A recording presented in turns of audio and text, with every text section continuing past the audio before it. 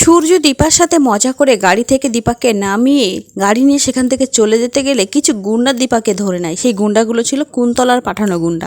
কিন্তু সূর্য মনে মনে খুব খুশি হয় দীপার সাথে এরকম ফাজলামি করে। হঠাৎই সূর্যর চোখ পড়ে গাড়ির আয়নার কাছে। তখনই সে দেখতে পায় দীপাকে কিছু গুন্ডা ধরে রেখেছে। সূর্যর সাথে সাথে গাড়িটা ব্যাক করে আর দীপার দিকে আসে দীপাকে বাঁচাতে। তখনই গুন্ডাগুলোর সাথে সূর্যর ভীষণভাবে মারামারি হয়। সেই সুযোগেই দীপার হাতের সাথে সূর্যর হাতে হাতকড়ি পরিয়ে দেয় এবং তাদেরকে ধরে নিয়ে যাওয়ার চেষ্টা করলে সূর্য এক হাতে তাদেরকে এমন ধোলাই দেয় গুন্ডাগুলো বাধ্য হয়ে সেখান থেকে পালিয়ে যায়। তারপরে দেখা যায় দীপা মনে মনে বলে, ভালোই হয়েছে, একদিক থেকে ভালোই করেছো ওরা এই হাতকড়িটা আমাকে আর ডাক্তারবাবুকে পরিয়ে দিয়ে, অন্ততপক্ষে উনি আমার কাছে তো আছেন।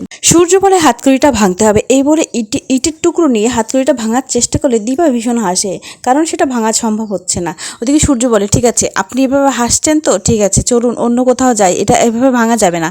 এই বলে তারা গাড়িতে ওঠার চেষ্টা করে। এমনভাবে হাতটা সূর্য দীপার হাতকড়িতে আটকানো যে সূর্য দীপা একসাথে গাড়িতে উঠতে পারছে না।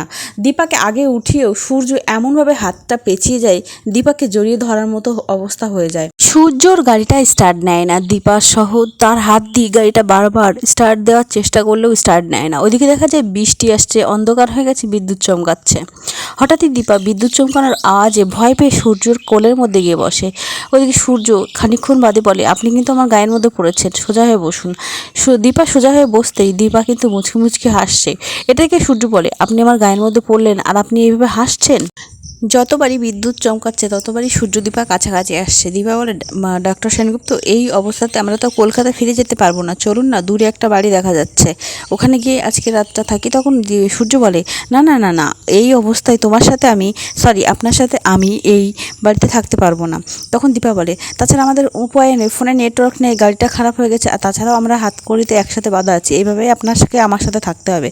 এই বলে দীপা জোর করে সেই বাড়ির মধ্যে সূর্যকে নিয়ে যায়। ওদিকে বাইরে এত জোরে বৃষ্টি আর বিদ্যুৎ চমকাচ্ছে, তাই রূপা আর কৃষ্ণ কিন্তু তার মায়ের জন্য চিন্তা করছে। রূপা বারবার কৃষ্ণকে বলতে থাকে, দেখো না কৃষ্ণ, মায়ের ফোনটা বন্ধ আসছে, মায়ের সাথে যোগাযোগ করতে পারছি না। কৃষ্ণ বলে, কি বলছো, মা যে সাইডে গেছে সেই সাইডে তো একবার যোগাযোগ করতে পারো। এই বলে কিন্তু তারা দুজন কাছাকাছি আসে, কারণ ভীষণ জোরে বিদ্যুৎ চমকালে দীপা আর কৃষ্ণ মিলে দরজা জানলা সব আটকাতে থাকে। ঠিক তখনই কিন্তু দমকা হাওয়ায় পর্দাটা তাদের দুজনের উপরে পড়ে যায়।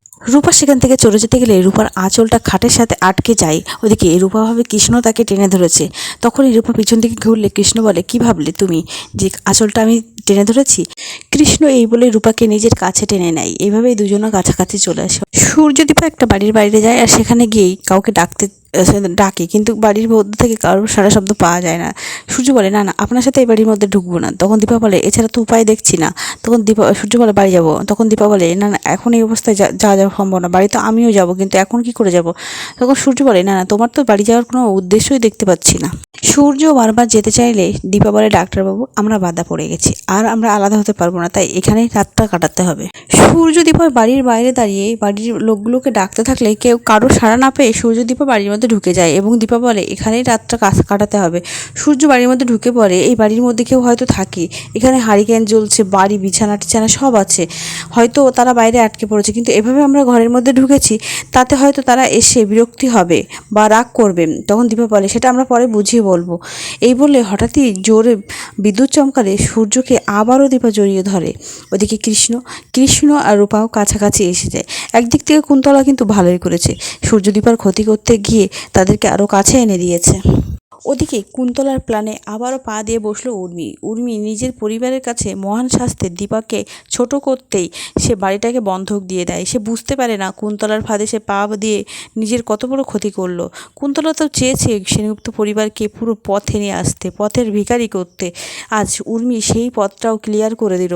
উর্মি নিজের অজান্তেই কুন্তলার এই ফাঁদে পা দিল এবং কুন্তলাকে অনেক বড় ধন্যবাদ দিতে থাকে উর্মি বলে, এই বিপদের সময় কেউ আমার পাশে না থাকলেও আপনি কিন্তু অনেক বড় সাহায্য আমাকে করলেন। কুন্তলা বলে, এটা তো কিছুই না, তোমার জন্য আমি সব করতে পারি উর্মি, তুমি আমার পাশে থাকলে আমি সব করতে পারি। তখন উর্মি বলে, অনেক ধন্যবাদ তোমাকে। কুন্তলা বলে, আচ্ছা ঠিক আছে।